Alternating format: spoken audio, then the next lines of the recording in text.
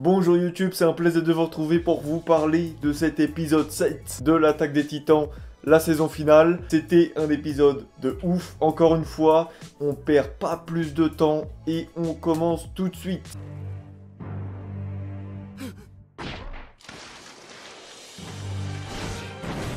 On commence quand même avec une sensation de fausse débâcle quand même. On commence cet épisode juste après la fin du précédent, donc vraiment même on réutilise la fin pour l'introduire dans ce début. Le Titan Griffe, il refait son discours, oui ok c'est ça les démons du paradis, t'as une tête sur Levi, ça s'était arrêté là précédemment. Et là tu vois au dernier moment, non hop, renfort du bestial, renfort du charrette.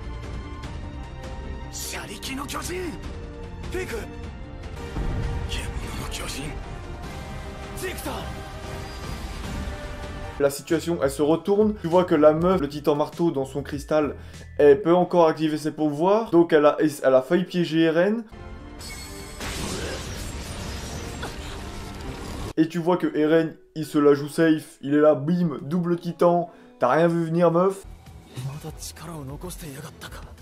En tout cas, t'as quand même cette sensation, tu te dis, ah ouais, déjà, le vent a commencé à tourner, on nous dit aussi dans l'épisode, de toute façon, là, ils sont perdus, c'est une guerre d'endurance, de munitions et autres.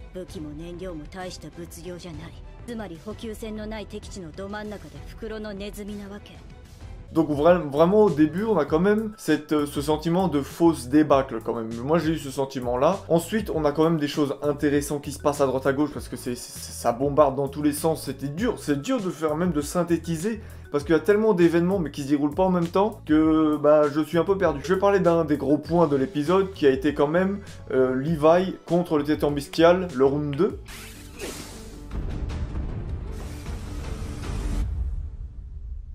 Clairement, la stratégie du bestial, il a fait ouais, il y a Eren, je m'en bats les couilles. Franchement, c'est pas lui. Mon problème là, c'est Levi Ackerman, je veux Levi.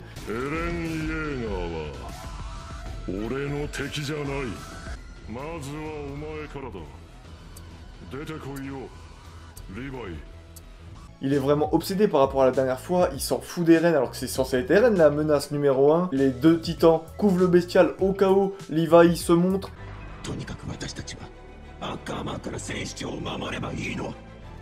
Donc vraiment, et là clairement il nique tout le monde, il dit non, moi je veux Levi, tu vois, il l'impose vraiment, c'est lui, c'est presque une symbolique, parce que cet humain-là est quasiment plus fort que tous les titans. Levi il a réussi à mettre à mal le bestial, il a réussi à mettre à mal tellement de titans que voilà, et on nous l'a montré derrière, parce que juste derrière, t'as Levi qui arrive à mettre à terre le titan, il fait exploser un C4, et là on sait pas ce qui est arrivé.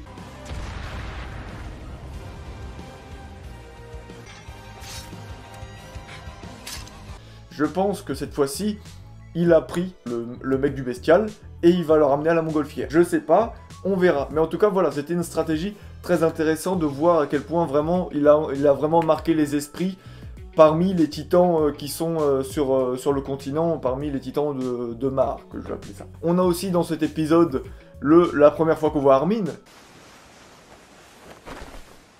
Oh là là, moi par contre c'est pareil, moi personnellement j'avais bien aimé le carré design de Mikasa dans l'épisode précédent, même s'il y avait quelques petits abus des fois, mais en général je le trouvais plutôt pas mal. Armin là aussi je trouve qu'il a un très très beau carré design en évolution, j'adore beaucoup sa tête. On va encore reparler de l'animation, mais j'ai l'impression que les titans ont moins de... Le bestial ça marche, la charrette ça marche, le griffe...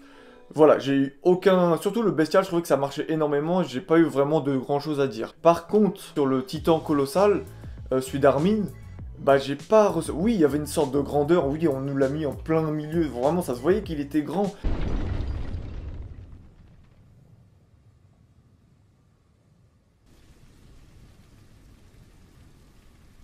Vraiment, j'ai l'impression que dans les premières saisons, la première fois que tu vois le colossal, vraiment... T'as vraiment ce sentiment encore plus de démesure, que ça soit en taille, que ça soit en largeur, en épaisseur, tout ce que tu veux. Et là, j'ai pas vraiment ressenti ça. Et je trouvais que c'était juste un grand titan, en fait. T'avais même pas de personnalisation par rapport à Armin. En tout cas, on voit qu'Armin qui arrive, carrément il fait un trou dans l'océan, tellement avec sa vapeur, sa chaleur et tout.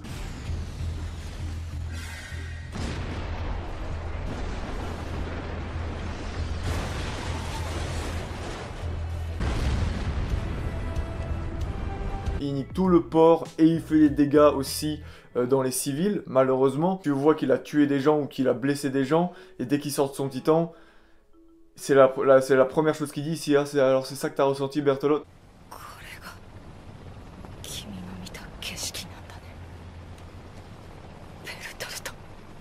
Parce que il y aura toujours un lien, surtout pour lui, il y aura toujours un lien entre Berthelot et Armin, en fait. Il y aura toujours cette comparaison, comme on fait la comparaison de Eren et de Reiner. Armin, à son échelle, c'est Berthelot, en fait. En plus, quand tu réfléchis, Berthelot, il a plus hésité que Reiner, par exemple. Il avait moins envie d'y aller, des trucs comme ça. Alors que Armin, c'est aussi la même chose.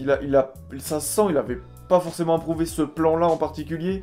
On le revoit aussi donc dans la montgolfière que je parlais tout à l'heure, et c'est lui qui a élaboré le plan d'avoir justement comment ravitailler tout le monde, parce que je pense que le plan d'origine de Eren, le premier, c'était de tuer tout le monde pendant cette cérémonie, vraiment pour faire une déclaration de guerre lui aussi, et le deuxième, comme on a pu voir plus tard dans l'épisode, essayer de tuer des titans et de boire leur sang ou boire leur cadavre, quoi. En tout cas, donc il a fait tout ce plan-là, donc on retrouve notre Armin à la fois en tant que titan et à la fois en tant que stratège, et surtout en tant que stratège, j'ai envie de dire, parce que c'est pour ça qu'on l'a gardé en vie, parce qu'il était aussi bon, aussi intelligent que Erwin, et c'est même ce qu'elle a dit Annie, Hansi, elle a dit aussi, ouais, mais t'es possédé par lui ou quoi, t'as les mêmes plans de fou que lui.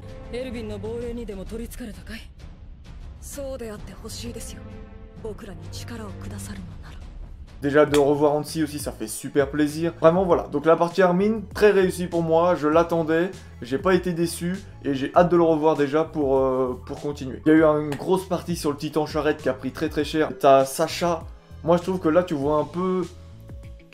En même temps, sans compter le fait quand Armin il a tué des gens, ou là même ils étaient recouverts de décombres, quand on fait un zoom, quand Sacha met une balle dans la tête dans un des mecs qui sont dans les tourelles du Titan Charel, t'as vraiment un zoom aussi sur la guerre, parce que là c'est vraiment une arme à feu, c'est deux humains, c'est un humain qui tue un humain, c'est encore un autre niveau.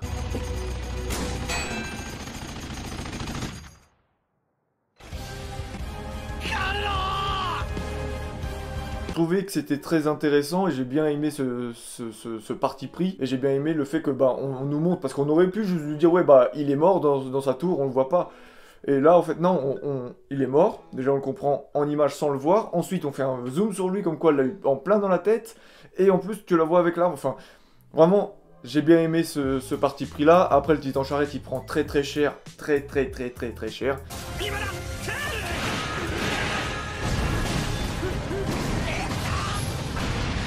Il a failli mourir, tu vois, il y a encore, mais tout le temps il y aura ça, mais de toute façon là ça va être tout le temps, toute la saison.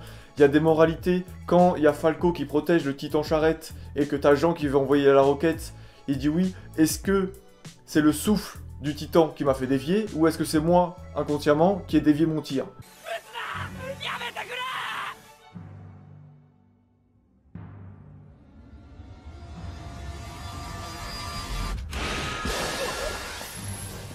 C'est super intéressant, on n'aura pas la réponse, on n'a même pas besoin de la réponse, mais rien qu'il puisse se poser cette question, ça veut tout dire. Même quand il hésite à tirer, c'est un enfant, il se dit ouais mais...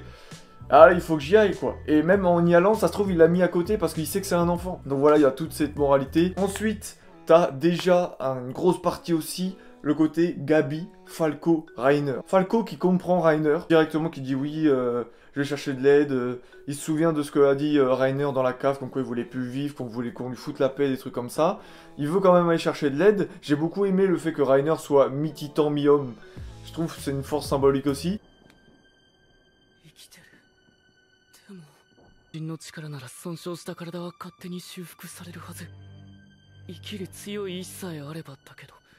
Donc il va chercher des renforts, il y a tout l'épisode qui se passe, et à la fin tu vois que Gabi le rejoint, Gabi a la haine de Eren, donc ça c'était vendu, mais là ça nous l'a encore plus montré. Falco, il a aussi cette haine, cette déception, mais c'est pas pareil, il est pas à ce niveau-là, et je pense qu'au fond de lui, on va avoir un dilemme qui va se poser, où Falco va un peu comprendre Eren aussi. Justement t'as Falco, Gabi, qui sont là, qui appellent Reiner à l'aide. C'est ça la fin d'épisode, c'est que Reiner, il disait qu'il avait plus rien, il voulait plus vivre et tout, et pourtant, et en plus il voulait mourir, mais pourtant, on l'a appelé à l'aide.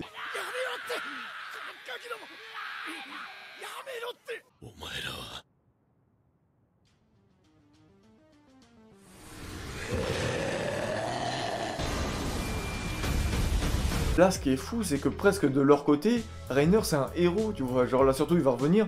Si t'avais pas le contexte des précédentes saisons, là, Reiner, tu pouvais le mettre en héros, ça passait tout seul. Il joue aussi sur cette notion d'héroïsme, cette notion de perspective. Parce que nous, Reiner, même encore, on s'est quand même un peu attaché à lui avec tout ce qui lui est arrivé et tout, mais on sait qu'au fond, c'était quand même, au tout début, on pensait que c'était un gros fils de pute. Alors que là, bon, avec tout ce qu'on sait, nous, on est un peu entre les deux, mais théoriquement, du côté de Eren, c'est encore un fils de pute. Même si Eren lui dit « je t'en veux pas » et tout, vous étiez que des gosses, Eren, il monte quand même un peu de rancœur, je trouve. En tout cas, je trouve ça super intéressant, et j'ai vu dans la preview, Gabi va sûrement déjà être en face à face avec Eren. Et alors, je m'attendais vraiment pas que ça se fasse aussi rapidement, mais ça peut être ouf. Ah, moi, je veux voir ce face à face, quoi qu'il arrive. Quoi qu'il arrive, je veux voir ce face à face. En dernier lieu, l'autre grande partie de l'épisode, c'est que Eren veut bouffer le titan marteau. Après tout un épisode de plusieurs péripéties où on essaie de le tuer ou autre, il y arrive en utilisant un autre titan. Mais comment il tue le titan marteau? Mais c'est quand il lui prend sa tête pour justement tuer un de ses compatriotes, enfin même s'il se connaissait pas, mais il prend quelqu'un pour tuer une autre personne et lui derrière il boit le sang qui en découle.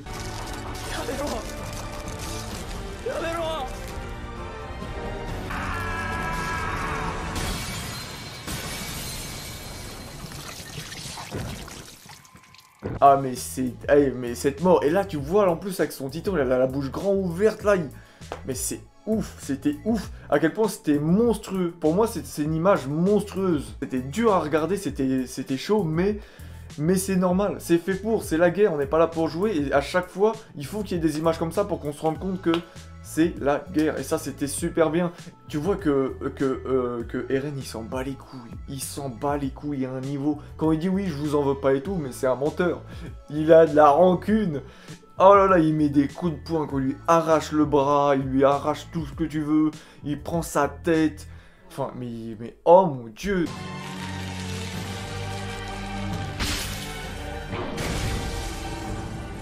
Que ce soit Mikasa, que ce soit Armin, que ce soit Hansi, tout ce que tu veux, tu as une question de est-ce qu'ils font le bien, est-ce qu'ils font le mal, et voilà, le pour et le contre, ou même si c'est trop tard, ils se rendent compte de ce qu'ils font, et Ren, t'as l'impression, il s'en fout totalement.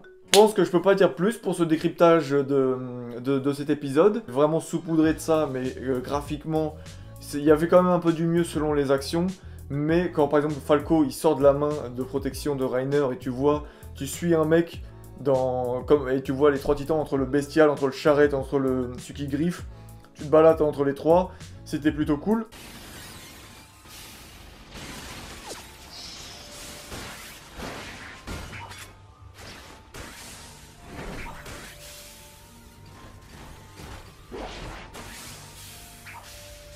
C'est des trucs en animation classique que tu peux pas faire. Par contre, quand par exemple, même là, l'image de fin, Reiner, là, comment il est, visuellement, c'était horrible. C'était horrible, il avait une vieille tête, tu vois, ses fins.